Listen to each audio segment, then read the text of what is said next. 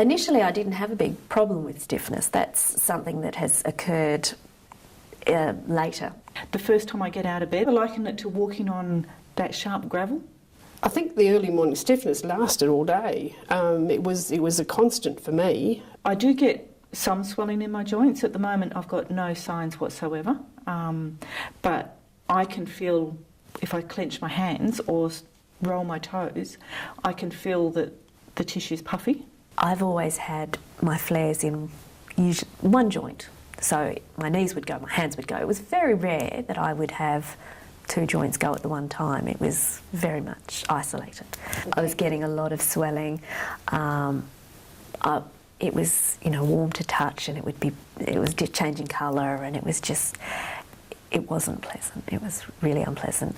By about this stage, I'd had swelling in both knees. I think my left hand had started to swell. But it was pain. It was pure and simple pain. I've had a lot of trouble with skin, rashes and things. I can end up with skin boils, and I've also had episodes of really severe mouth ulcers and cold sores. My elbow, I've got what they call nodules, arthritic nodules.